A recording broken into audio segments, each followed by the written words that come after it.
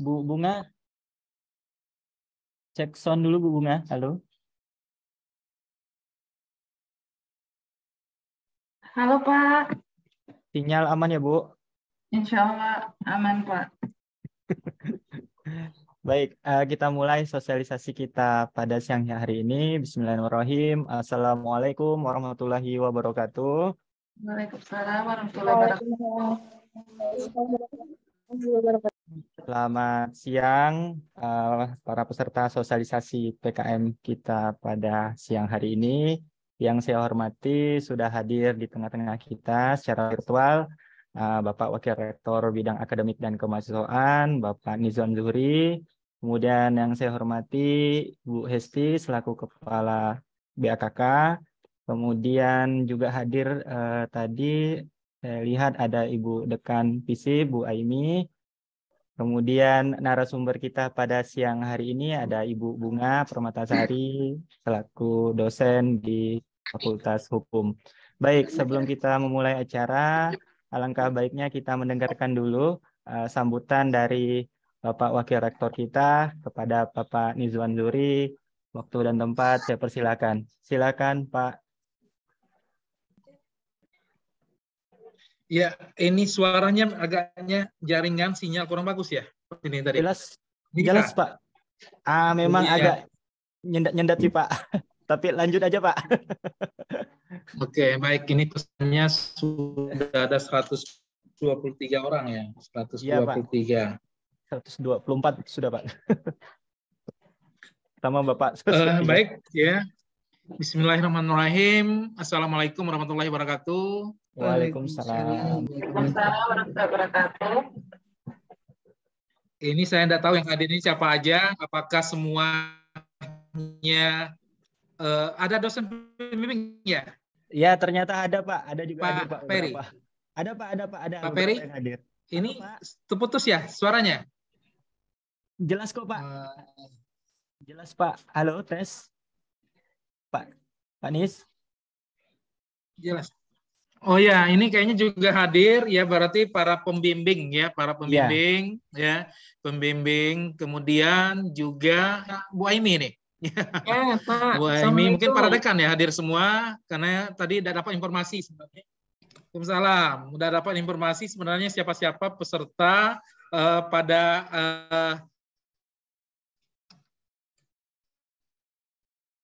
siang hari ini ya. Saya kira tadi hormat juga semua dosen pembimbing, dosen pembina, kemudian dari tim PKM sendiri, kemudian tentunya para mahasiswa sekalian. Syukur alhamdulillah pada siang hari ini kita dapat hadir bersama dalam kegiatan sosialisasi dari program kreativitas mahasiswa ya pada tahun 2023. Pada tahun 2023 ini. Mungkin nanti terima kasih Pak Peri juga selaku moderator ya kegiatan pada siang hari ini. Jadi perlu kami sampaikan bahwa kegiatan hari ini merupakan kegiatan sebagai persiapan kita untuk pelaksanaan PKM tahun 2023. Persiapan ini bukan hanya sekarang tetapi saya yakin sudah disiapkan dari tahun akhir 2022 kemarin ya, 2022 kemarin, sehingga diharapkan pada tahun ini karena jumlah proposal ini seperti kita ketahui UBB ini untuk yang 8 bidang aja ini terjadi kenaikan kalau tadinya kita mendapat kuota sebanyak 250. Nah, pada tahun ini dapat kuotanya ini 300 tahun ini, ya meningkat ya 300 kuota. Kalau yang GT-nya kan masih tetap 50. Artinya tantangan kita ini luar biasa. Tapi bukan berarti nanti setiap proposal yang masuk itu akan langsung kita ACC ya, itu enggak juga.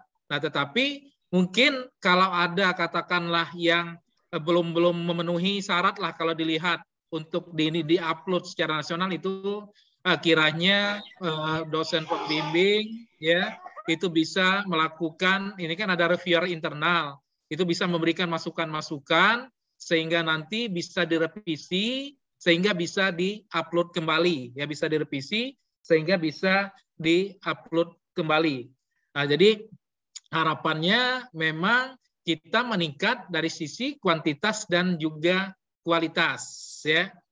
Nah, kemudian juga kalau selama ini kalau kita perhatikan ya, nah kita perhatikan bahwa secara umum untuk bidang-bidang yang lolos itu kan kalau kemarin kan di Saintek ya, kalau tahun-tahun awal itu Saintek semua. Nah, kemudian kita bersyukur pada tahun kemarin juga sudah ada yang dari Soshum ya, yang bisa lolos ya. Nah, kemudian walaupun kita tahu yang lolos ke PIMNAS itu masih cuma ada 1 tim ya, ini, tetapi kita bukan berarti benar-benar di UBB itu terjadi penurunan, tetapi berdasarkan data ini memang terjadi penurunan secara nasional ya. Nah, tetapi kita berharap pada tahun ini baik dari sisi kuantitas dan sisi kualitas ini kita harapkan bisa meningkat kembali ya, karena kita tahu ini PKM ini merupakan salah satu unggulan ya, salah satu unggulan dari UBB ya, dari kegiatan kita, salah satunya kegiatan mahasiswa yang diharapkan memang bisa bersaing di tingkat nasional ya. Nah, makanya kita dari jauh-jauh hari kemarin terhadap para dosen pembimbing ini diberikan pembekalan ya. Kemarin kita kembali mendatangkan Pak Sugeng yang biasanya memang memberikan semacam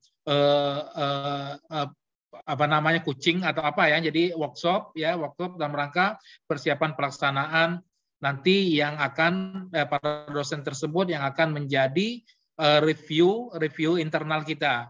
Nah, saya berharap ya, apalagi tahun ini sebenarnya ada lagi keperawatan ya, ini ya, bidang-bidang kesehatan pun sebenarnya mulai bisa diikuti. Nah, kemudian kita melihat juga kalau selama ini ada bidang-bidang tertentu saja yang kita banyak, tetapi di bidang-bidang yang lainnya itu malah sedikit sekali proposal yang masuk. Padahal misalnya di kegiatan untuk yang 8 bidang itu ada 8 bidang ya.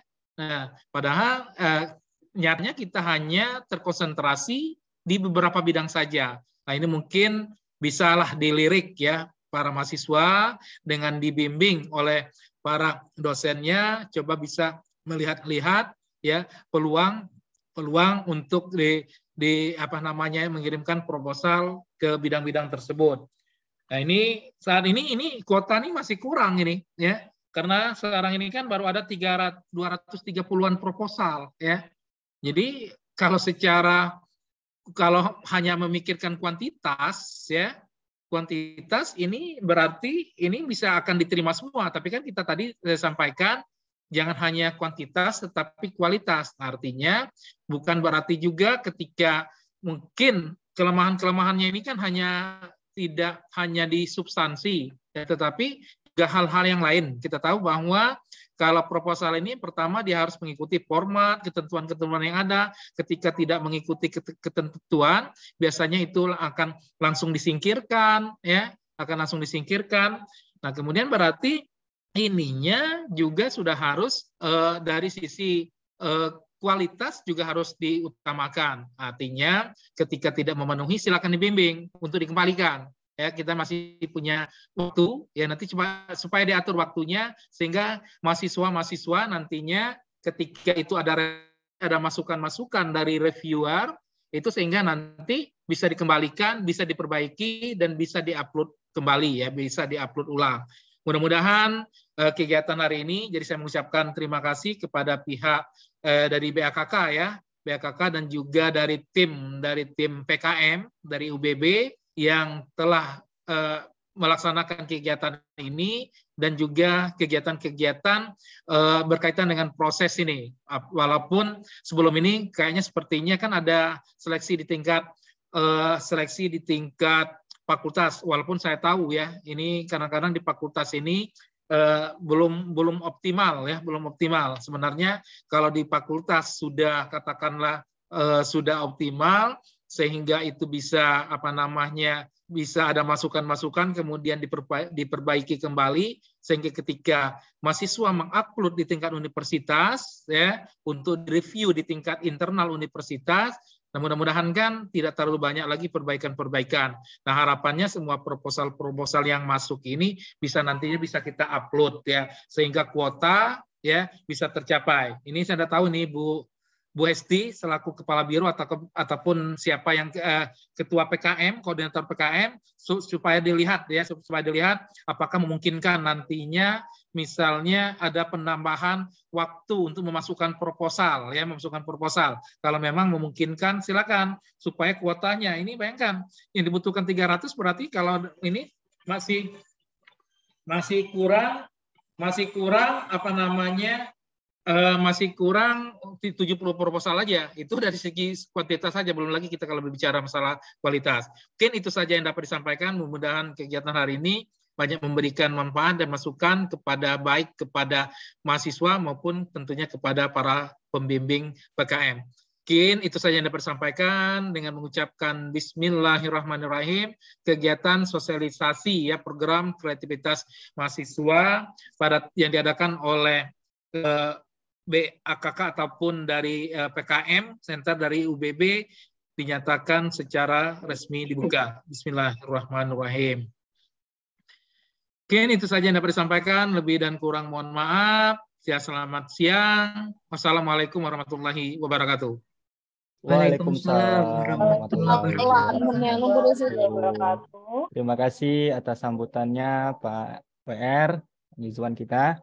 Kemudian seperti kita ketahui memang adik-adik mahasiswa memang kuota kita tahun ini sekitar 300. Jumlah yang masuk saat ini memang masih sekitar 220-an proposal sehingga masih ada kekurangan kuota dan akan kita buka untuk sesi batch 2 atau tahap kedua untuk penerimaan proposal kembali. Nah, untuk tahap kedua ini nanti akan dikupas tuntas oleh Ibu Bunga sekaligus menyampaikan perubahan-perubahan PKM pada tahun 2023 apa saja yang mengalami perubahan dan mohon diikuti dengan sesama dan bisa sambil dibaca buku panduannya yang sudah diberikan di player ya, ada link download di situ, silakan di-download saja dan nanti jika ada pertanyaan atau hal-hal yang mau didiskusikan bisa kita lakukan pada sesi sosialisasi kita siang hari ini. Terima kasih kembali kepada Pak Nizwan atas sambutannya. Baik, berikutnya kita masuk ke sesi inti. Pemateri kita sudah hadir di tengah-tengah kita, Ibu Bunga Permatasari. Ibu Bunga akan menyampaikan materi sosialisasi tentang PKM 2023 yang kemarin juga baru selesai diikuti di tingkat Belmawa. Semoga ini memberikan gambaran kepada adik-adik mahasiswa untuk dapat menyusun proposal PKM 2023 ini dengan baik dan benar. Kepada Ibu Bunga, saya persilakan untuk menyampaikan materinya. Silakan Ibu. Baik, terima kasih Pak Ferry. Suara saya kedengaran jelas, Pak? Jelas Bu, jelas. Mantap. Baik. Assalamualaikum warahmatullahi wabarakatuh. Waalaikumsalam warahmatullahi wabarakatuh. Bapak, Ibu, dan rekan-rekan mahasiswa semua, saya Bunga Permatasari, alhamdulillah dipercaya oleh teman-teman dari tim PKM Universitas untuk dapat menyampaikan materi sosialisasi pada siang hari ini. Yang terhormat Bapak Nizwan Zuhri selaku Wakil Rektor Bidang Akademik dan Kemahasiswaan, yang kami hormati Ibu Aini, Dekan Fisip UBB, dan Bapak Ibu semua, baik dosen pembimbing maupun reviewer yang hadir pada hari ini, dan rekan-rekan mahasiswa yang saya banggakan, yang tentunya saya yakin dan percaya rekan-rekan adalah para pejuang PKM UBB. Baik teman-teman, seperti yang sudah disampaikan di awal oleh Pak Ferry maupun oleh Pak Nizwan bahwa kita saat ini UBB berada di klaster 2, artinya kita mendapatkan penambahan kuota untuk proposal PKM yang masuk nantinya. Dan ada sekitar 300 proposal yang akan masuk. Nah, saya akan share dulu.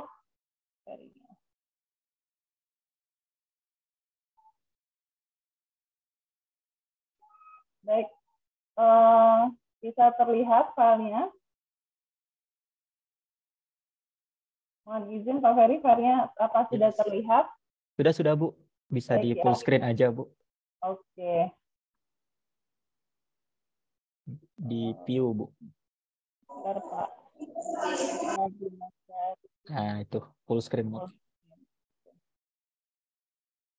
Nah, baik teman-teman semua dan Bapak Ibu, ini adalah materi yang kemarin saya terima, begitu juga dengan Pak Ferry ataupun Bapak Ibu lain, ataupun mahasiswa yang mengikutinya secara Zoom oleh Belmawa.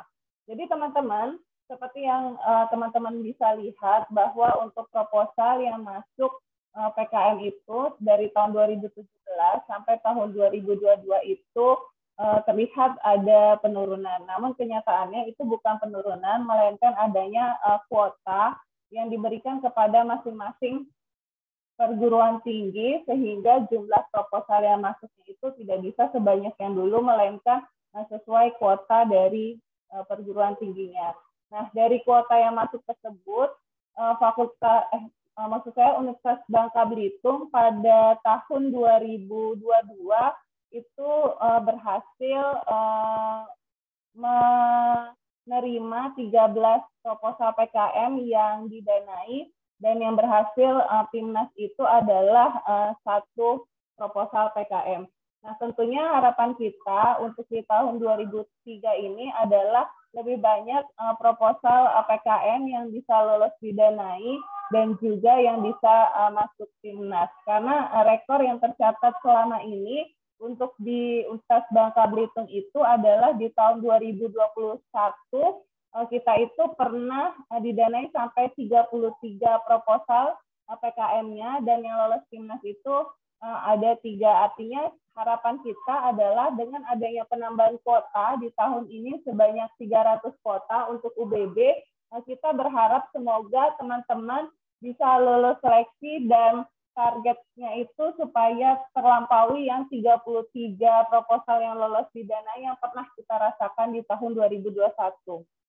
Nah, untuk itu, supaya target ini bisa dipenuhi, tentunya harapannya adalah dari rekan-rekan mahasiswa sendiri ketika menulis proposal itu adalah sesuai dengan panduan yang telah diberikan oleh pihak Belmawanya, yaitu panduan terbaru di tahun 2023 ini. Nah, teman-teman, ada beberapa perubahan yang terjadi di tahun 2023 ini, meskipun dia tidak banyak perubahannya, namun itu sangatlah krusial. Nah, perlu diketahui juga kalau sebelumnya PKM itu di tahun 2022 itu buku pedomannya adalah namanya pedoman umum dan 10 petunjuk teknis PKM. Tapi di tahun ini adalah pedoman umum dan 10 pedoman pelaksanaan PKM. Nah, untuk buku pedomannya, linknya sudah bisa teman-teman akses di flyer yang sudah disebarkan pada pagi hari ini. Teman-teman bisa akses buku panduan dari masing pedoman yang PKM teman-teman mau masuki dan dilihat dan disesuaikan dengan pedoman terbaru 2023. Nah, pada dasarnya, apa sih yang membedakan antara tahun 2022 dan tahun 2023 ini, dan itu sangat krusial, adalah yang pertama terkait dengan waktu pelaksanaan. Jadi teman-teman, di tahun 2022 itu adalah pelaksanaannya 3-4 bulan. Sedangkan di tahun 2023 ini, pelaksanaannya adalah 4-5 bulan. Jadi kalau teman-teman sudah menyusun proposal, tentunya yang udah masuk di gelombang pertama ya, kan sudah dalam proses review sekarang. Nah, boleh teman-teman cek kembali proposal yang telah teman-teman susun itu, ketika memang waktu pelaksanaannya belum 4-5 bulan, silakan teman-teman bisa langsung merevisinya sehingga bisa sesuai dengan pedoman yang ada saat ini, yaitu di tahun 2023. Karena teman-teman, untuk PKM ini penilaian pertamanya itu kan adalah secara administrasi. Jadi ketika sudah terlihat bahwa pelaksanaannya saja tidak sesuai dengan pedoman yang ada, maka secara otomatis mereka pasti akan langsung mendelete proposal kita untuk tidak diterima. Makanya biar hal-hal seperti yang sebenarnya nggak penting, tapi ternyata penting, ini perlu teman-teman perhatikan, yaitu waktu pelaksanaannya. Nah, selanjutnya yang tidak kalah pentingnya itu adalah juga dari sisi pendanaan. Kalau sebelumnya di tahun 2022 itu untuk pendanaan dari Bamawa adalah dari 5 juta sampai dengan 7 juta. Namun saat ini di tahun 2023 sudah ada perubahannya, yaitu pendanaan mulai dari 6 juta sampai dengan 10 juta yang dari Belmawanya. Artinya kalau teman-teman anggaran pendanaannya masih di bawah dari 5 juta, silakan teman-teman bisa revisinya. Nah, lebih lanjut, untuk dana pendamping perguruan tinggi, yang notabene berarti dari UBB, kalau sebelumnya dari tahun 2022 itu maksimalnya adalah 1.750.000, maka di tahun 2023 ini pendanaan maksimal dari perguruan tinggi yaitu adalah 2 juta. Jadi kalau teman-teman masih sekiranya mau ada ditambah, kayak rasanya kurang nih, bisa mengambilnya dari dana UBB juga, karena ada penambahan sekitar 250.000 yaitu menjadi 2 juta. Nah, kalau dulu juga dari dana instansi lain itu cuma 750.000, kalau untuk saat ini maksimal dananya adalah 1 juta untuk dana instansi lain jika ada. Kiranya nggak ada, nggak apa-apa. Jadi teman-teman, totalnya itu pendanaan yang bisa teman-teman masukkan ke dalam proposal PKM teman-teman maksimalnya adalah 13 juta untuk di PKM tahun 2023 ini. Nah, lebih lanjut, terjadi perubahan juga dari sisi luaran. Kalau sebelumnya, luaran teman-teman itu hanya berupa laporan kemajuan, laporan akhir dengan produk PKM, maka untuk di tahun 2023 ini, luaran yang perlu teman-teman tambahkan adalah untuk semua PKM jenis apapun, yaitu adanya akun media sosial yang diiklankan. Jadi nanti bisa dianggarkan di dalam laporan PKM teman-teman adalah pengiklanan terhadap akun media sosial. Nah, perlu teman-teman ingat, jika di dalam proposal yang teman-teman susun itu belum ada luarannya di dalam pendahuluan, silakan dimasukkan biar sekalian. Dan jangan lupa luaran yang terbaru akun media sosial ini wajib hukumnya untuk dimasukkan juga. Oke. Jadi teman-teman kembali diingatkan bahwa untuk PKM 2023 ini ada tambahan luaran, yaitu wajib ada akun media sosialnya. Nah, lebih lanjut, kita juga akan melihat nih tentang MBKM. Mungkin dari teman-teman ada yang bertanya, bisa nggak sih kegiatan kita ini, PKM ini diakui juga sebagai MBKM?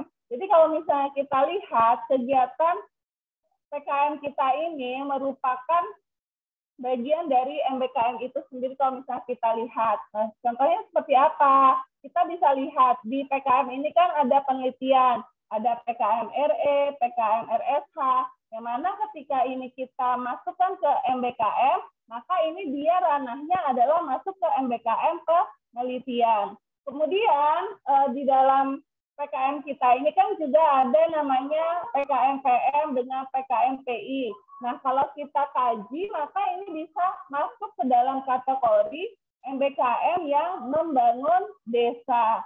Lebih lanjut, kita tahu juga di PKM ini ada namanya PKM KC dengan PKM KI. Nah, PKM KC dengan PKM KI ini bisa kita akui juga sebagai MBKM yang merupakan bagian dari proyek independen. Lebih lanjut, di PKM kita itu kan juga ada PKM kewirausahaan, dan di MBKM pun juga ada kewirausahaan. Nah, ini bisa masuk ke dalam MBKM kewirausahaan. Dan di dalam PKM kita itu ada namanya PKM PM pengabdian masyarakat. Kemudian juga ada PKM PI. Nah, PKM PM dengan PKM PI ini bisa masuknya ke dalam MBKM yang bagian proyek kemanusiaan. Lebih lanjut, kalau PKM SBK, PKM GFT, PKM AI itu semuanya pada dasarnya bisa masuk ke semua kanal MBKM. Jadi ada pertanyaan, bisa nggak sih berarti PKM kita ini dikonversi ke dalam MBKM? Nah, ini bisa dikonversi. Nah, lebih lanjut, jika kita lihat kegiatan PKM pun sebenarnya ini juga ada relate kaitannya dengan IKU. Bisa IKU 1, 2, 3, dan 5. Oke, teman-teman. Ini adalah kegiatan yang ada di dalam MBKM yang mana sangat berhubungan sekali dengan kegiatan PKM yang sekiranya ketika teman-teman lolos didanai, ini bisa dikonversikan juga ke dalam SKS di MBKM. Nah, pada dasarnya dari pihak Bemawa itu memberikan saran terkait berapa sih SKS untuk dalam MBKM itu. Nah, bisa teman-teman lihat bahwa kalau misalnya teman-teman lulus aja tahap 1, itu bisa dikonversi 1 sampai 2 SKS. Kemudian kalau teman-teman itu lolos pendanaan PKM-nya itu bisa dikonversi 3 sampai 5 SKS. Kalau lolos FINAS bisa 2 sampai 3 SKS. Jadi total yang bisa didapatkan itu adalah 6 sampai 10 SKS. Namun memang ini baru saran dari Bemawa, tapi tetap kembali lagi kepada jurusan yang masing-masing ingin memberikan berapa konversinya ke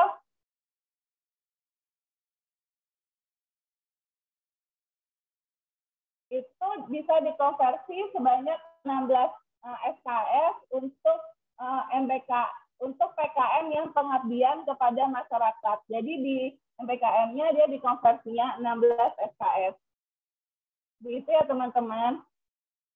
Nah, tadi udah disampaikan oleh Pak Nizwan juga, kemudian oleh Pak Ferry juga, bahwa untuk saat ini kita di tahun 2023 ini UBB berada di klaster 2. Artinya kesempatan teman-teman untuk bisa lolos seleksi internal di universitas itu menjadi juga lebih besar. Karena apa? Karena kita membutuhkan 300 proposal untuk submit ke Bemawanya. Dari seleksi gelombang 1 itu baru sekitar 230-an yang submit. Artinya memang kita akan membuka gelombang kedua. Jadi teman-teman, bagi teman-teman ataupun temannya yang lain yang sekiranya nih masih ingin menyusun PKM, kita dari pihak PKM UBB memberikan kesempatan kepada teman-teman untuk bisa mengikuti seleksi gelombang kedua. Nah, untuk seleksi gelombang kedua ini, waktu pelaksanaannya adalah dari tanggal 11 Februari sampai dengan tanggal 19 Februari 2023. Artinya nih, teman-teman masih diberikan kesempatan sampai seminggu lagi, sampai tanggal 19, untuk dapat menyusun proposal PKM-nya. Jadi silakan infokan kepada teman-temannya yang belum menyusun PKM untuk menyusun PKM dan mengikuti seleksi gelombang kedua. Di seleksi kedua ini penutupannya adalah 19 Februari. Itu ya teman-teman, nanti boleh diinfokan ke teman-temannya. Nah, perlu teman-teman pahami bahwa ketika menyusun proposal PKM itu ada hal-hal yang perlu diperhatikan oleh teman-teman. Pertama adalah untuk kajiannya ya, untuk PKM riset, kemudian PKM riset sosial humaniora, itu dia harus sesuai dengan bidang ilmu teman-teman masing-masing. Jadi kalau teman-teman yang fakultas hukum misalnya, maka ya nggak usah masuk untuk ke PKM riset eksakta, karena tentunya itu ranahnya dari teman-teman teknik. Nah, sebaliknya juga sama, dari teman-teman teknik, jangan mencoba untuk masuk ke PKM sosial humaniora, karena itu tidak sesuai dengan bidang ilmu teman-teman. Nah, lebih lanjut, kalau misalnya teman-teman mau lintas bidang, itu diperkenankan. Dan untuk total kelompoknya juga terdiri dari 3 sampai dengan 5 orang.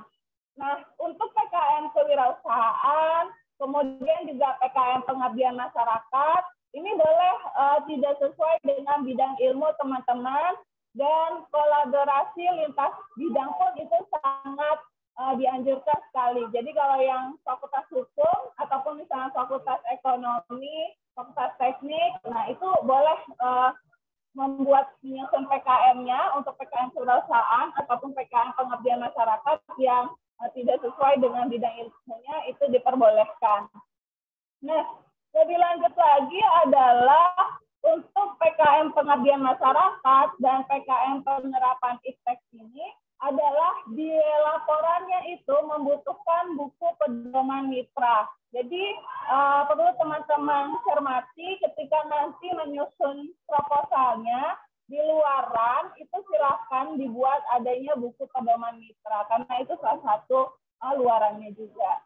Nah, lebih lanjut untuk PKM penerapan IPTEK, PKM Karya Cipta, kemudian juga PKM karya inovatif, ini harus sesuai dengan ilmu yang teman-teman tekuni. Dan untuk PKM video gagasan konstruktif, kemudian PKM gagasan futuristik tertulis, dan PKM artikel ilmiah, ini tidak sesuai dengan bidang ilmu.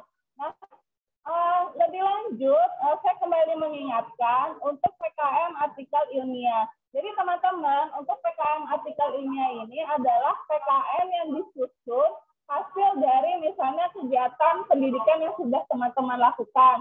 Contohnya seperti apa? Ada kegiatan magang. Misalnya semester sebelumnya teman-teman ada ikut MBKM. Nah, MBKM-nya itu magang. Nah, bisa teman-teman buat artikel ilmiahnya. Atau misalnya teman-teman KKN, bisa teman-teman buat artikel ilmiahnya. Atau teman-teman ada kegiatan pendidikan misalnya di lab, hasil dari pendidikan di lab, itu bisa teman-teman buat artikel ilmiahnya. Jadi artikel ilmiah adalah hasil dari kegiatan yang sudah pernah teman-teman lakukan. Seperti itu. Itu untuk artikel ilmiah. Nah, untuk di tahun 2023 ini, pelaksanaan PKM-nya adalah dilakukan secara luring tentunya, dan tetap memperhatikan prokes juga ya teman-teman. Kemudian untuk masalah anggaran, seperti yang sudah teman-teman bisa lihat bahwa untuk anggarannya adalah maksimalnya ada 13 juta, dan tadi di awal juga sudah saya sampaikan kalau untuk dari Dermawa itu adalah 6 sampai 10 juta, kemudian PT itu 2 juta, dan pihak lain itu adalah 1 juta pendanaannya. Jadi totalnya adalah sekitar 13 juta. Nah, lebih lanjut, untuk format RAB-nya ini sangat perlu sekali teman-teman perhatikan. Jadi dimulai dari bahan habis pakai itu maksimumnya adalah 60%. Kemudian untuk sewa jasa maksimumnya ada 15%. Transport lokal itu ada 30%, dan dana lain-lain itu adalah 15%. Jadi jangan sampai teman-teman hanya karena kesalahan dalam penulisan rencana anggaran ini, teman-teman jadi nggak lolos seleksi. Jadi silakan benar-benar dicermati untuk jenis pengeluarannya agar sesuai sudah dengan pedoman yang ada di tahun 2023 ini. Nah, kemudian perlu juga sangat diperhatikan nih, ada pendanaan yang tidak diperbolehkan. Jadi teman-teman, ketika teman-teman menyusun pendanaan tersebut, jangan sampai ada honorarium.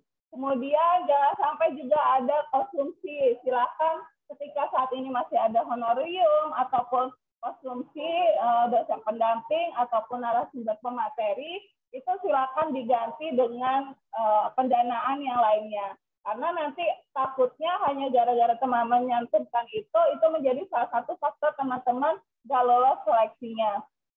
Nah, lebih lanjut juga, itu untuk sewa komputer PC, laptop, printer, ponsel, kamera, handycam, tempat atau ruangan, itu juga tidak diperkenankan. Karena memang dikira kita itu adalah orang-orang yang sudah punya komputer, laptop, printer. Jadi kita tidak diperkenankan lagi untuk membiayai pendanaan untuk sewa tersebut. Nah, lebih lanjut, untuk pembelian alat ataupun bahan itu tidak boleh lebih dari 1 juta. Ya teman-teman.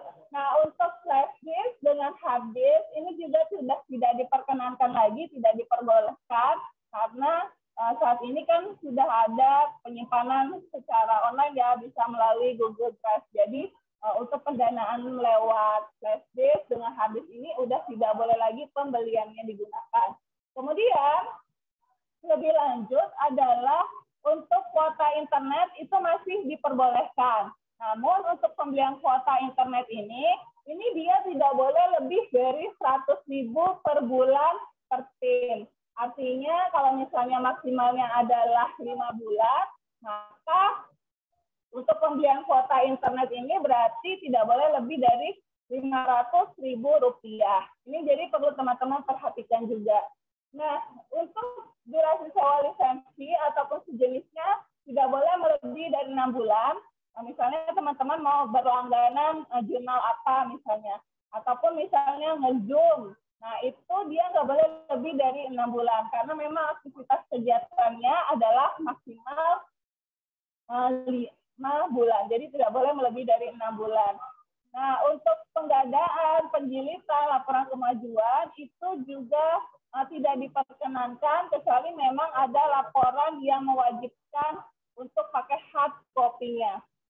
Nah, yang paling penting adalah untuk pendanaan sosial media ini adalah tidak boleh lebih dari 500.000. Jadi seperti yang saya sampaikan di awal, bahwa saat ini kan laporan akhirnya itu, salah satu suaranya itu adalah berupa akun media sosial yang diiklankan. Jadi kalau teman-teman mau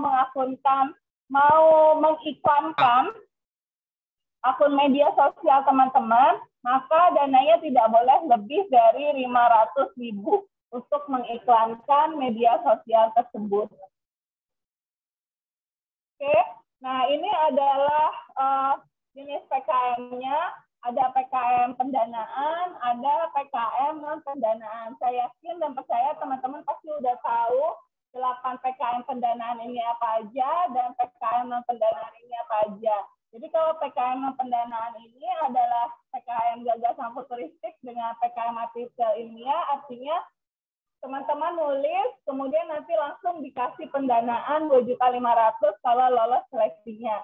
Tapi kalau misalnya PKM pendanaan ini, teman-teman harus melakukan kegiatan sehingga bisa mendapatkan pendanaan sesuai dengan yang teman-teman rancang di dalam proposal yang teman-teman ajukan, seperti itu. Nah, lebih lanjut teman-teman, apa sih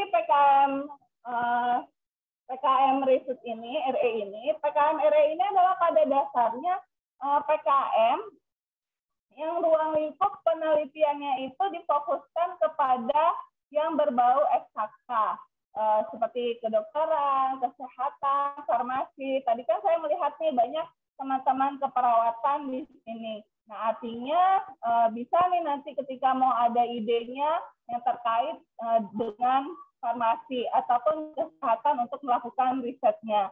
Dan untuk pelaksanaan PKM RE ini juga bisa dilakukan secara luring di dalam laboratorium ataupun di lapangan. Jadi pada prinsipnya adalah objek dari PKM RE ini adalah hal-hal yang terkait dengan kegiatan yang fisika, kimia, ataupun biologi. Nah, lebih lanjut, apa sih PKM Riset Sosial Humaniora? Nah, PKM Riset Sosial Humaniora ini adalah PKM yang pada dasarnya akan meneliti pada fenomena sosial interaksi di dalam kehidupan bermasyarakat. Jadi teman-teman ingin melihat nih bagaimana kondisi perekonomian ataupun misalnya sosial ataupun politik, dan itu menjadi kajian penelitian yang teman-teman lakukan. Contohnya teman-teman mungkin ada yang ingin melihat bagaimana adat istiadat yang ada di Bangka Belitung, tapi melihatnya itu dari aspek kehidupan bermasyarakatnya. Dan pada PKM Riset Sosial Humaniora ini pun juga bisa dilakukan secara luring, yaitu dengan tetap memperhatikan protokol kesehatan yang berlaku.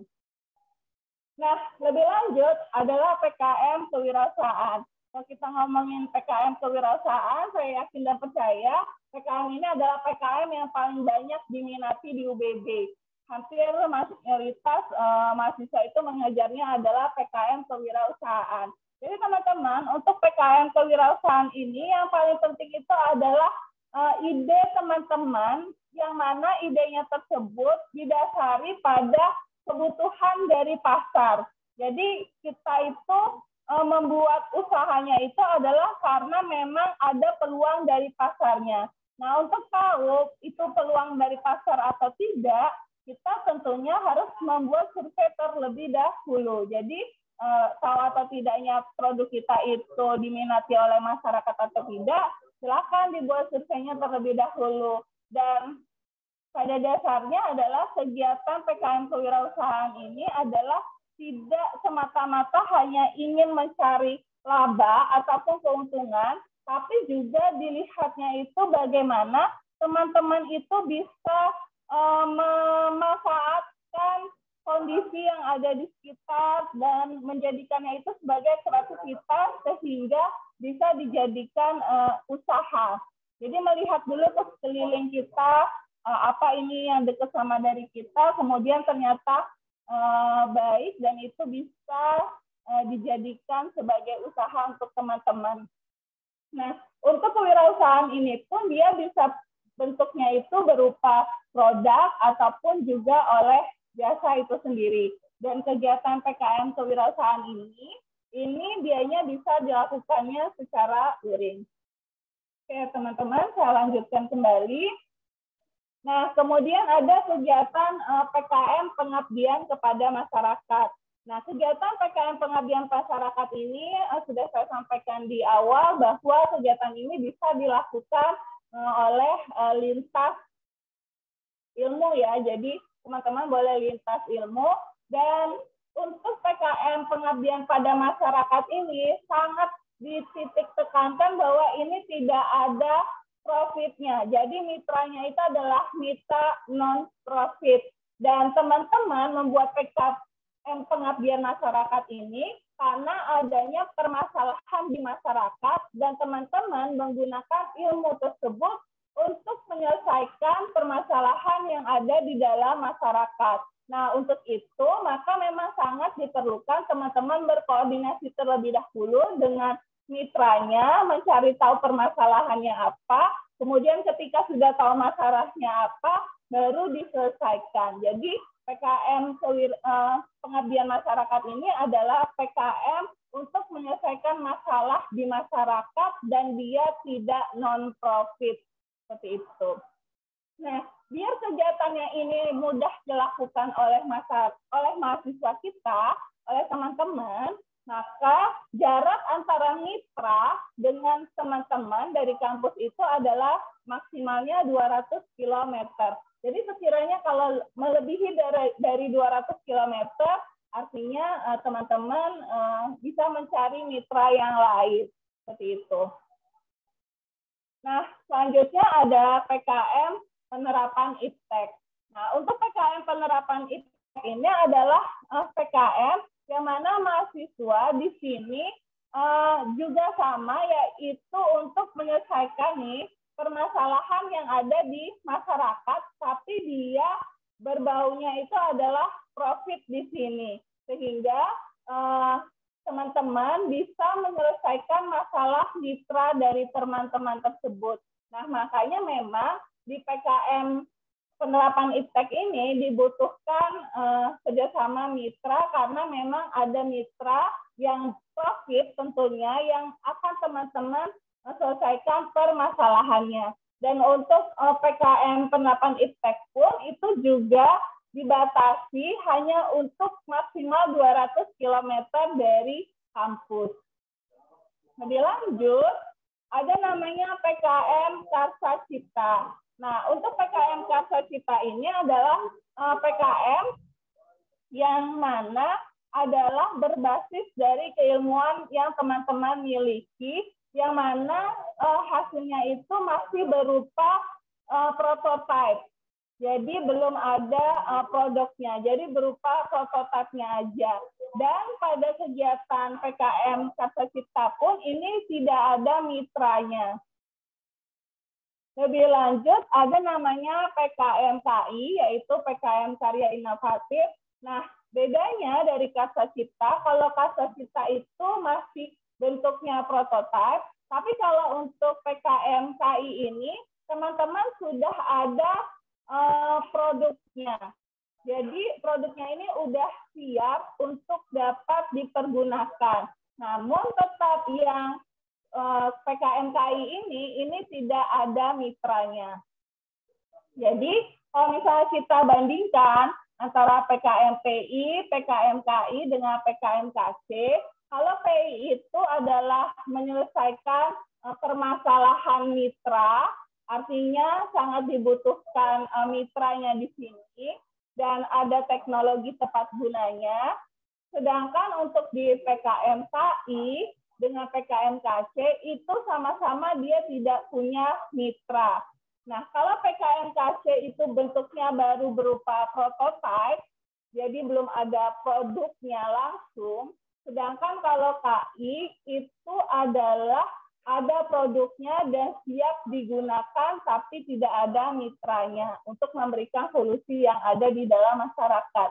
Jadi di sini memang harapannya kepada teman-teman, jangan sampai teman-teman kebalik nih antara PKMPI dengan PKMKI dengan PKMKC. Karena apa? Karena tahun lalu kebanyakan di tingkat nasional itu suka ketukar antara PKMKI dengan PKMKC.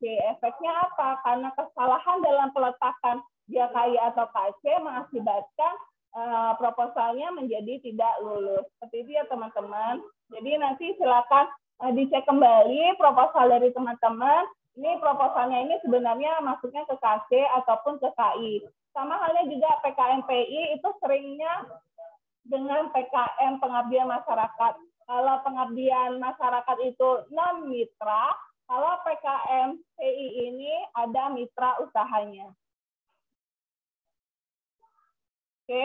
Nah, kemudian ada PKM FGK, video gagasan konstruktif. Jadi kalau untuk PKM video gagasan konstruktif ini pada dasarnya adalah teman-teman ini membuat video guna memberikan penyelesaian terhadap kondisi yang ada dialami oleh Indonesia saat ini, yaitu kondisi SDGs-nya. Nah, ini bisa teman-teman cek di buku panduan apa aja yang menjadi program dari tujuan SDGs ini. Tapi poin pentingnya adalah di PKM SGK ini adalah harus memberikan upaya solusi kekinian. Jadi kondisi saat ini, bagaimana cara efektifnya untuk mengatasi permasalahan dari SDGs tersebut yang ada di Indonesia.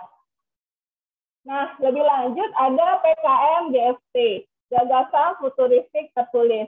Nah, teman-teman, untuk PKM Gagasan Futuristik ini adalah teman-teman membuat sebuah gagasan bagaimana menyelesaikan permasalahan untuk 15 tahun ke depan solusinya. Jadi kalau misalnya teman-teman ngasih solusinya cuma untuk dalam jangka pendek nih, 1 tahun ini, nah itu nggak akan lolos proposalnya didanai.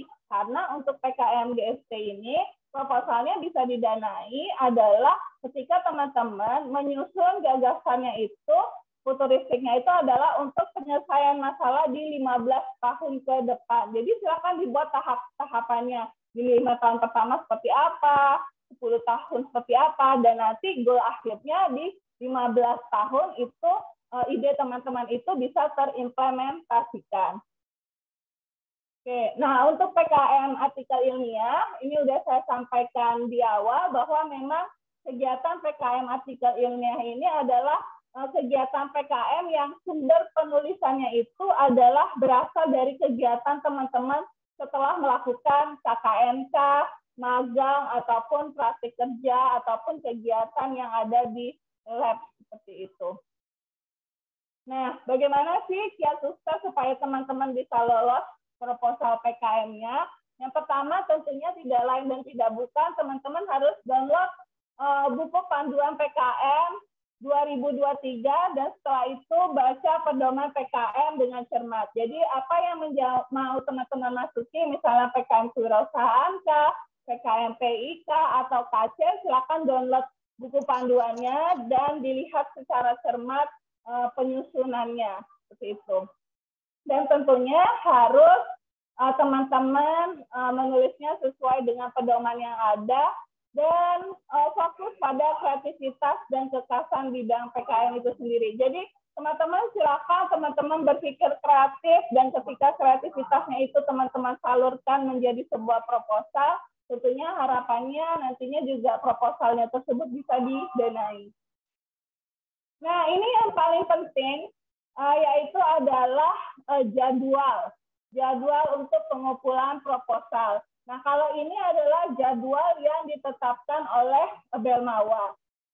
Tapi kalau misalnya dari kita sendiri, UBB, mahasiswa itu mengunggah proposal dan melengkapi biodata itu paling lambat adalah di tanggal 1 Maret 2023. Kenapa kita mempercepat? Karena tujuannya tidak lain dan tidak bukan supaya teman-teman itu ketika submit tidak mengalami kesulitan. Karena belajar dari pengalaman tahun sebelumnya, ketika teman-teman men-submitnya itu di limit waktu, benar-benar di akhir, teman-teman akan kesulitan masuk ke dalam SIM Belmawa itu sendiri. Karena apa? Karena kan yang mau submit bukan cuma teman sendiri, tapi ada puluhan ribu teman-teman tim PKM dari universitas lainnya yang juga mau submit.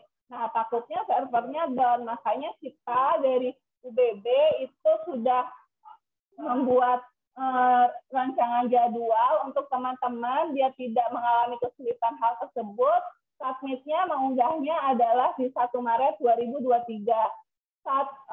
Startnya bisa dimulai dari 23 Februari. Jadi di tanggal 23 Februari sampai 1 Maret 2023 itu teman-teman udah bisa mengunggah proposal. Nah, rencananya juga nanti ketika teman-teman mau mengunggah proposalnya dan ingin mengunggahnya lewat UPTT, itu akan kita bantu juga, kita fasilitasi, namun bisa koordinasi sebelumnya dengan PKM Center di fakultas agar dapat bisa kita sampaikan ke UPTT-nya ketika teman-teman membutuhkan bantuan untuk mensubmitnya di UPTT seperti itu.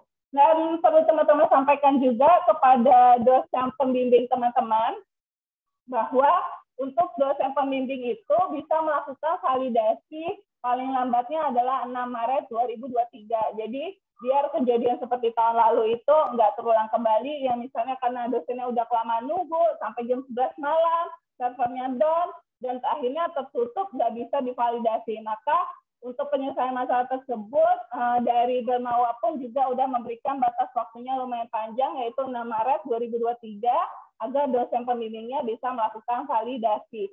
Dan yang paling sangat perlu teman-teman pahami juga, bahwa untuk submit proposal di Belmawa ini tidak ada perpanjangan waktu. Jadi dia udah terkunci lah di tanggal 4 Maret 2023.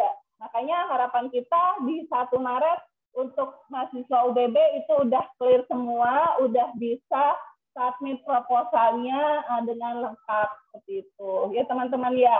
Dan kembali saya mengingatkan, kita membuka seleksi gelombang kedua dan submit terakhir gelombang kedua itu di tanggal 19 Februari 2023. Nanti flyernya juga tentunya akan bisa teman-teman lihat untuk jadwalnya. Baik teman-teman, selamat berjuang. Saya yakin dan percaya teman-teman pasti bisa menjadi mahasiswa yang lolos proposal PKM dan tentunya membutuhkan kerjasama dari teman-teman beserta dosen pembimbing dan dari tim PKM sendiri untuk bisa bersama-sama berjuang kita di sini supaya teman-teman bisa lolos didanai PKM-nya. Baik, Pak Ferry, mungkin itu aja dari saya. Baik, terima kasih Bu Bunga atas materi yang disampaikan pada teman-teman mahasiswa ataupun Bapak Ibu dosen pendamping yang hadir pada Zoom ini. Berikutnya kita masuk ke sesi diskusi atau tanya jawab atau saran. Nah, mungkin bisa disampaikan dalam forum ini, bisa melalui chat ataupun bertanya langsung. Bagi yang belum jelas, mungkin nanti bisa kita bantu untuk memberikan informasi tambahan. Mungkin itu kita buka dulu 3 pertanyaan untuk sesi pertama. Silakan adik-adik, ada yang mau ditanyakan atau ada yang masih bingung? Silakan yang mau bertanya. Jangan sampai nanti selesai acara ini anak-anak FT langsung ngejar Pak Ferry ini. Pak Fer, gimana Pak Fer? Saya kabur, Bu. Ya, silakan. Jadi perlu diinformasikan lagi bahwa untuk PKM tahap kedua, rekan-rekan mahasiswa itu mengikuti pedoman PKM 2023. Jadi tidak lagi menggunakan PKM 2022 untuk yang baru akan submit di tahap kedua. Jadi mohon diperhatikan dan mohon disimpan pedoman PKM 2023. Perubahannya sudah disampaikan sama Bu Bunga tadi, mohon benar-benar diperhatikan terkait luaran, biaya, waktu, pelaksanaan, dan sebagainya. Ya, kita buka. Ada lagi yang mau didiskusikan? Oh, kok ada lagi? Kayak sudah ada aja ya. Mungkin teman-temannya masih bingung atau udah paham gini Pak. Atau mungkin mereka mau nodong langsung ke dosen pembimbingnya kayaknya. Mungkin yang malu bisa lewat chat atau ada perwakilan dari FT dulu deh, FT. Siapa yang mau bertanya? Ini banyak teman-teman dari FT ini. Ada dari PWK, ada dari kimia, teman-teman keperawatan. Silakan. Kita Atau tunggu. teman-teman dari hukum. Atau Bapak Ibu dosen pendamping, silakan. Mungkin masih ada yang bingung atau butuh penjelasan. Sebenarnya perubahannya tidak terlalu banyak, jadi tapi krusial semuanya. Jadi kalau tidak diikuti perubahan tersebut nanti bisa menyebabkan tidak lolos di tahap administrasi. Silakan. Untuk D3 keperawatan juga bisa ikut ya di ini. Ternyata kalau saya cermati Bu Bunga, D3 keperawatan ini bukan menunggu jadwal vokasi ternyata, tetapi yang dilihat adalah PT-nya, perguruan tinggi. Karena D3 keperawatan kan di bawah UBB, jadi tetap diikutkan di seleksi internal di kita. Baik, Bapak. Jadi teman-teman dari vokasi udah bisa ya? Oke, Bisa, ini ada bisa. pertanyaan nih, Pak. Nah, ini dari Hikana ya, dari Aquaculture. Baik, saya bacakan aja Bu. Ini bertanya, saya izin bertanya, saya mau mendaftar PKM batch 2. Untuk alurnya apakah sama dengan batch 1 Bu atau bagaimana? Gimana Bu Bunga? Terima kasih Hikana. Jadi untuk alurnya sedikit berbeda karena waktunya sangat mepet, jadi proses penyeleksiannya pun juga disingkat. Nah, untuk submit, tadi udah saya sampaikan bahwa submit proposal di tingkat fakultas gelombang kedua itu dimulai dari 11 Februari sampai dengan 19 Februari. Setelah di submit proposal tingkat fakultas, maka dia nggak melewati seleksi di tingkat fakultas lagi, melainkan langsung seleksi di internal di tingkat universitas. Nah, untuk seleksi internal di tingkat universitas ini waktunya ada dari tanggal 20 sampai tanggal 22 Februari. Dan teman-teman nanti udah bisa langsung mendengar pengumumannya itu adalah di tanggal 23 Februari 2023. Artinya apa? Waktu pelaksanaannya memang menjadi lebih singkat. Seperti itu ya, Hikana. Baik, terima kasih Bu Bunga. Gimana Hikana? Mudah-mudahan bisa dipahami ya. Jadi mohon diperhatikan. Nanti ada player kok informasi berikutnya mungkin untuk mengingatkan. Jadi mohon diperhatikan tanggal 19 terakhir ya untuk yang tahap kedua. 19 itu minggu ini loh, pas pula hari Minggu. Nah, ya, hari Minggu. Sabtu pun libur ya, Sabtu pun tanggal merah ternyata, surat mirat. Jadi bisalah sambil mengisi hari weekendnya.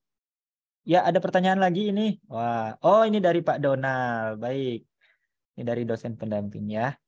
Hasil kegiatan berkelompok yang dapat ditulis menjadi artikel ilmiah untuk PKMI diantaranya adalah PKL, KKN, atau kelompok lainnya, tetapi bukan tugas atau praktikum individu, perkuliahan, skripsi, atau tugas akhir. Betul, Pak? Kok langsung saya jawab? Berarti ini harus tertulis, ada pernyataan yang clear secara eksplisit ya Pak Ferry dan Bu Bunga, Ya langsung Silakan. dijawab Pak, tadi Pak Ferry kan udah mau jawab, boleh silakan Pak.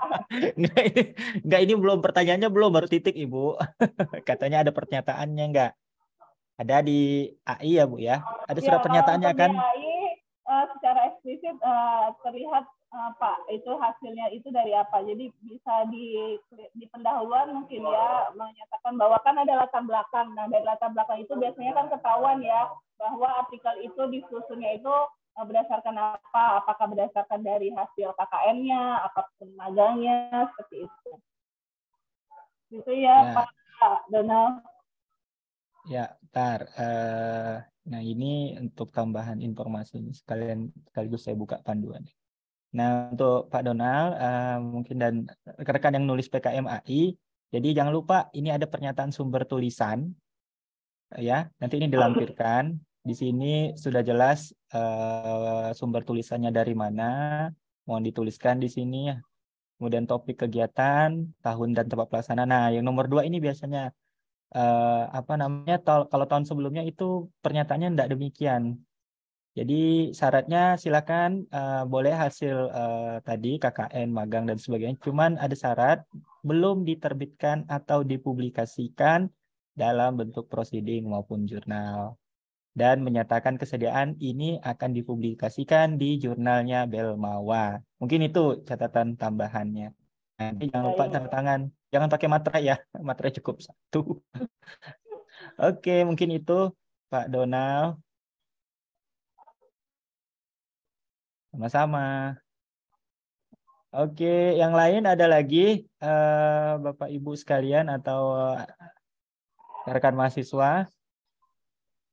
Mungkin masih ada yang bingung PKM A, B, C, D kan saking banyak sekali ini ya. Atau mungkin masih ada yang belum ketemu ide, atau mungkin belum ketemu dosen mungkin.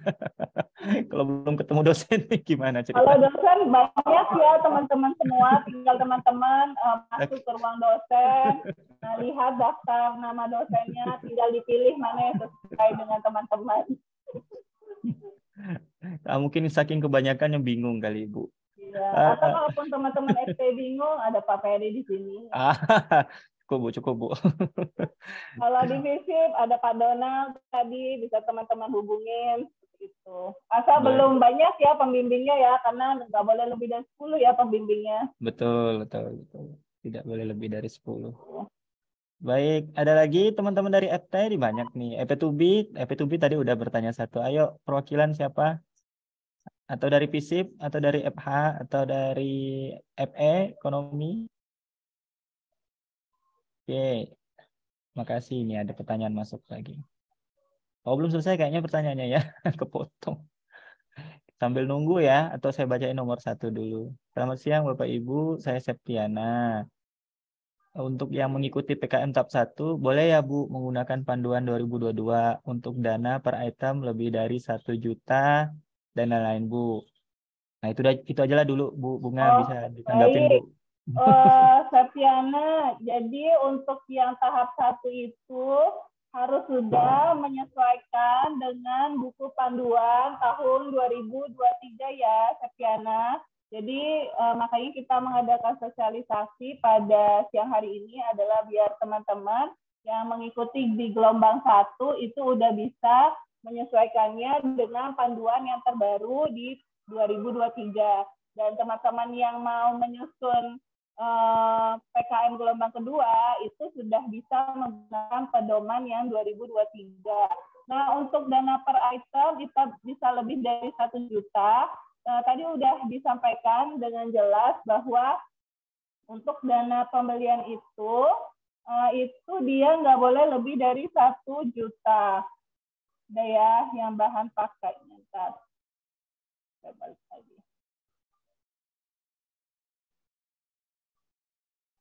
Dana.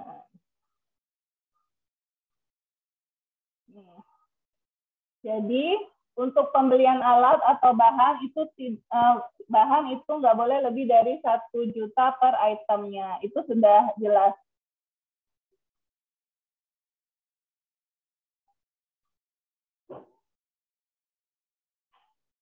Ya, sudah gimana Septian? Itu di materi Bu Bunga tadi itu ada kok jelas. Jadi apa namanya, untuk pembelian bahan ya ataupun alat itu tidak boleh lebih dari 1 juta per item loh ya, per item. Jadi ya kalau mau banyakin aja itemnya. Bisa diatur itu. Jadi jangan pusing kalau mikirin dana. Kadang-kadang ada yang bingung lagi gimana mau nyampai ke 6 juta, masih di stuck di 3 juta, 4 juta. Nah, tinggal diatur saja apa namanya, anggaran dananya jangan sampai berlebih. Dari 1 juta.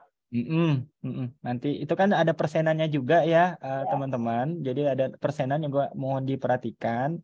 Jadi kalau misalnya apa namanya BHP itu kan maksimal berapa tadi ya?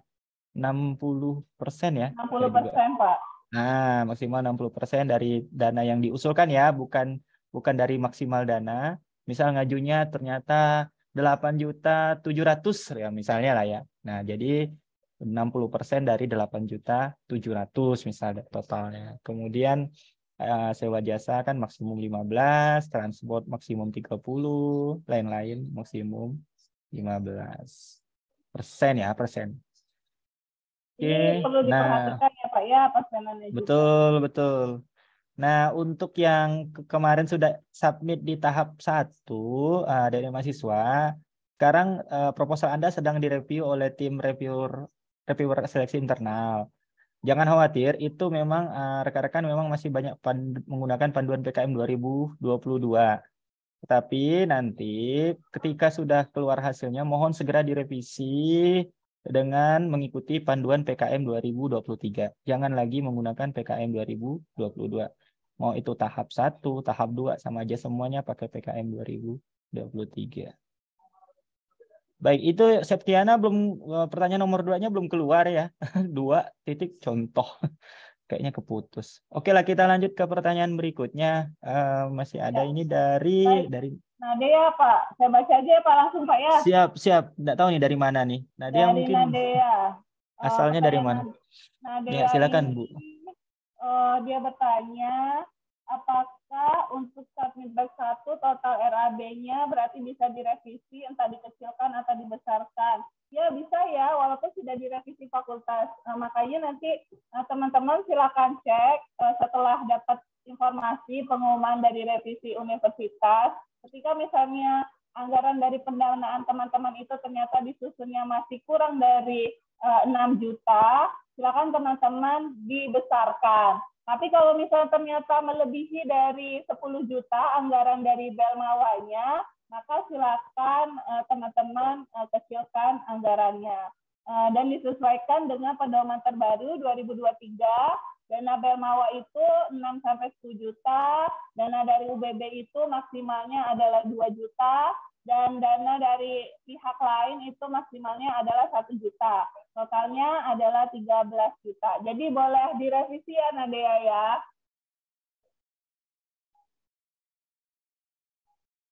Ya, benar kata Bu Bunga. Nah, oke, clear rasanya masalah itu. Kemudian ada lagi nggak teman-teman yang mau ditanyakan? Mumpung kita masih berada dalam satu forum, nanti di belakang-belakang nanti ada kebingungan. Ayo, tanyakan dulu di sini.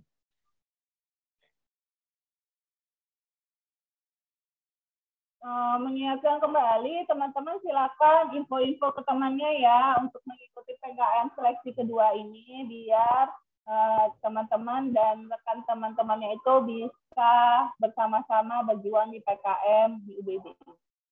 Itu ya Pak ya. Ya, betul sekali.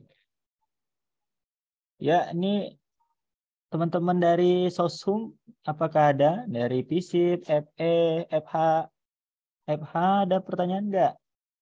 Ya, dari Eva apa ada atau kayaknya nih udah di kelas Apa takut sama Bunga? Ini ada namanya Frans, saya nggak tahu nih Frans Hukum atau Frans fakultas lain ya nih.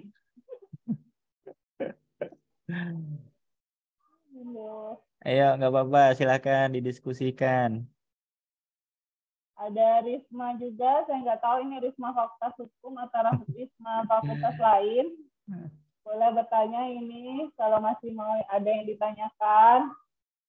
Atau teman-teman dari keperawatan ada yang mau tanyakan? Dan tentunya kita juga tahun ini sangat berharap ya Pak Ferry ya untuk banyak Betul. sekali teman-teman yang menyusun proposal AI, artikel ilmiah. Karena memang sejauh ini masih kurang yang masuk untuk artikel ilmiah, artinya peluang teman-teman sangat besar untuk lolos ya seleksi universitas untuk artikel ilmiahnya maupun yang gagasan futuristiknya ya Pak ya. Betul sekali, Ibu. Kami sangat berharap loh, teman-teman semua. Ini dia. Oh, masih Septiana ya? Ya. Kirain pertanyaan tadi yang... Apa ini? Baik, ini apa nih? Untuk luarannya kan ada tambahan akun media sosial. Nah, itu akun media sosial dari produk yang bakalan kami publish atau akun media sosial sponsornya, Bu? Nah, ayo Bu Bunga. Dari produk yang bakalan kalian publish dong, bukan sponsornya. Apa yang kita mempromosikan sponsor, kita pastinya mempromosikan produk kita, produk PKM yang teman-teman hasilkan itu yang teman-teman buat media sosialnya dan kemudian teman-teman iklankan media sosialnya. Karena sekarang kan banyak ya media sosial yang juga sudah berbayar supaya semakin banyak orang-orang yang bisa melihat produk yang dihasilkan oleh teman-teman. Tujuannya apa? Kalau misalnya teman-teman ada yang buatnya PKM KI misalnya. Nah, kan ada teknologi nih yang produk yang sudah teman-teman buat. Nah, dengan teman-teman mengiklankan, siapa tahu dari negara lain tuh tertarik gitu. Mau dengan produk yang teman-teman. Atau masih dalam bentuk prototipe. Ada juga dari tempat lain, negara lain, atau perusahaan yang tertarik. Nah, kan kita nggak tahu ya. Artinya memang produk kita, produk PKM kita itu yang kita buat media sosialnya, kemudian media sosialnya yang itu yang kita iklankan. Gitu ya Pak Ferry ya? Betul sekali, Bu. Nah, jadi pakai akun kita ya, bukan akun orang. Dan itu kan dikasih dana tuh maksimal 500.000. Nah, silakan dikelola untuk buat media sosialnya. Masukin di anggaran, taruh di komponen lain-lain ya. Jangan lebih, maksimal 500 saja untuk biaya AdSense-nya. Iya, benar sekali. Oke, ada lagi nggak kira-kira? Atau mungkin saya coba share data tahap 1 ya, mana yang tadi ya. Nah, ini untuk kasih gambaran ke teman-teman apa namanya? Teman-teman Oke, mahasiswa. teman-teman. Nah, ini rekan-rekan mahasiswa kita belum ada nih yang submit PKMKI nih. Jadi harapannya tahap 2 nanti ada ya semoga dari ini PKMKI. Dan nomor 5 ini PKMPI juga masih rendah.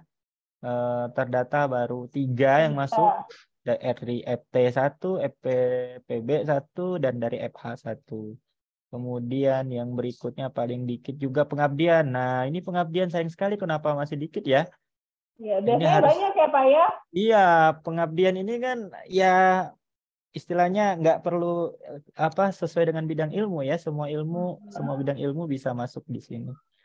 Nah, Kalau mohon teman-teman kesulitan ide untuk PKM PM bisa nih masalah stunting gitu ya karena iya problematikanya betul. itu masih bisa teman-teman olah untuk pengabdiannya dengan kondisi masyarakat kita seperti itu. Itu contoh ide kalau kesulitan.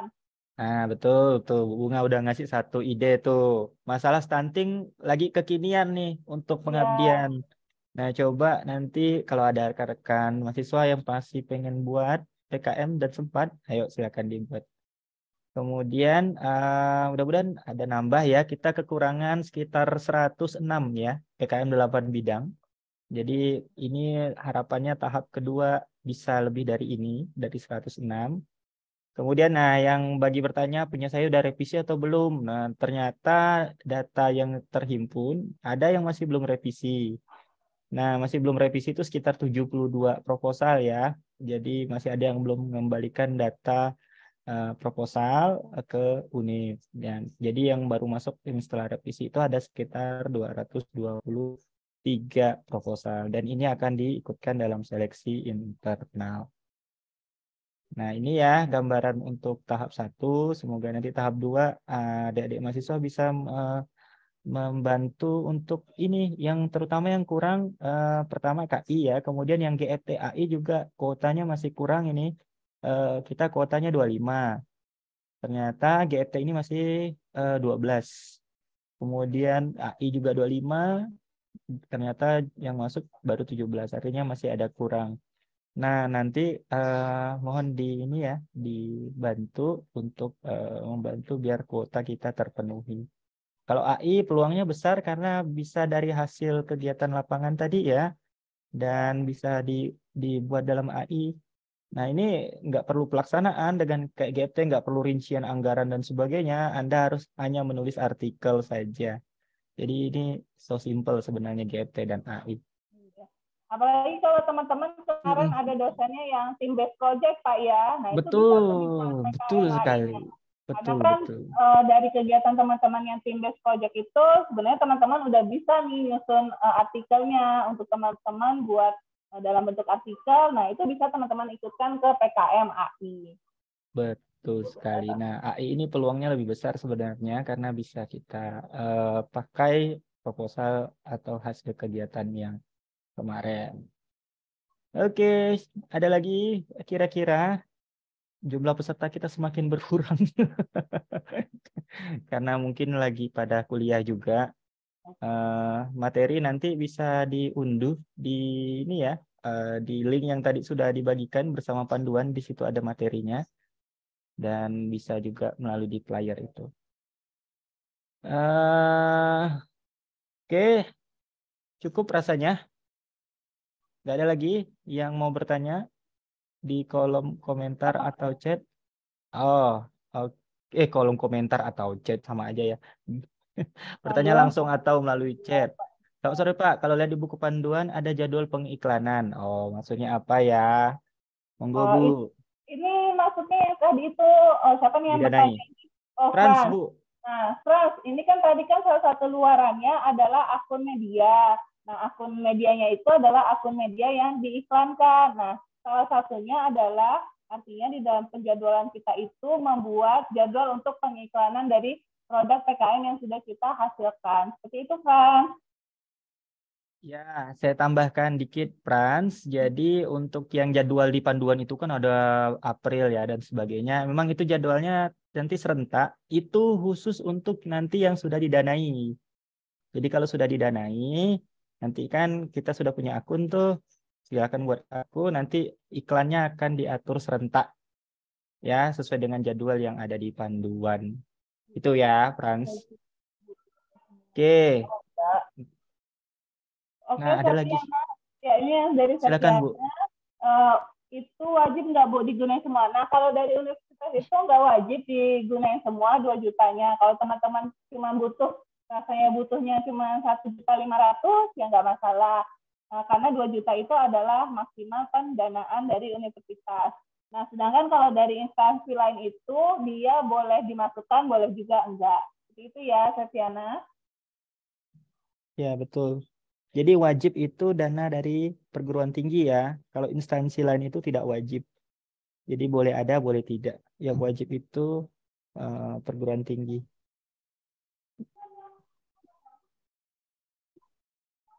Clear ya? Ada lagi nggak kira-kira?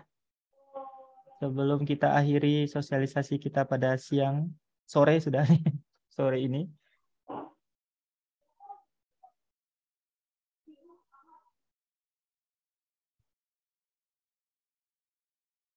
Kalau sekiranya emang nggak ada, mungkin bisa kita akhiri, Pak. Oke lah, sepertinya sudah tidak ada ya. Saya hitung ya. 1. Intinya adalah teman-teman, silakan teman-teman menyusun proposal PKM-nya sesuai dengan panduan tahun 2023 dan banyak sekali support dari sini, dari dosen pembimbingnya pastinya, dari pimpinan fakultasnya dan juga dari dosen-dosennya. Artinya teman-teman harus sudah mau menulis. Ya gitu Pak ya. Ya, betul sekali, Bu. Nah, jadi mungkin itu ya. tips dan trik juga sudah ada tadi ya di akhir materi. Semoga bisa diikuti. Intinya ikut pedoman saja dan pastikan apa namanya semua telah mengikuti format yang telah ditentukan. Mungkin saya rasa cukup ya Bu Bunga, bisa kita Cukup, Pak akhiri. Ferry. Baik, Baik, boleh Pak. Terima kasih terima Pak Ferry. kasih. Siap Bu, terima kasih banyak Bu Bunga atas materi yang disampaikan tentang sosialisasi kita hari ini tentang PKM 2023. Harapan kami semoga PKM 2023 UBB lebih banyak lagi dan meningkat, dan tentunya kita tidak juga mengedepankan kuantitas, tapi semoga juga kita dapat meningkatkan kualitas dari PKM tersebut. Mungkin itu yang bisa saya sampaikan pada siang hari ini. Kebetulan masih ada Pak Nizwan di room kita. Pak Nis, apakah berkenan menutup Pak Nis? Halo Pak, Pak WR. Sepertinya Pak Nizwan lagi Apa saja tidak, Pak? ya, ya Ini mungkin ada tidak. kegiatan. Mungkin ada kegiatan. Baiklah, kalau tidak ada lagi yang mau didiskusikan dari rekan-rekan mahasiswa, kita akhiri kegiatan sosialisasi PKM 2023 sore hari ini dengan mengucapkan hamdalah. Alhamdulillahirabbil alamin. Saya tutup kegiatan hari ini dengan uh, uh, dengan mengucap wassalamualaikum warahmatullahi wabarakatuh. Nah, indah efek sore. Waalaikumsalam warahmatullahi wabarakatuh. Baik, terima kasih Pak Ferry, Baik, terima terima kasih kasih Bu banyak Bu Aini, Bunga. terima kasih Terima Pak kasih Nizwan, terima kasih Bapak Ibu Ibu dosen pendamping pendamping yang sudah dan hadir dan rekan-rekan rekan-rekan mahasiswa. mahasiswa. Terima kasih. Izin nih Bapak. Baik, sama saya juga.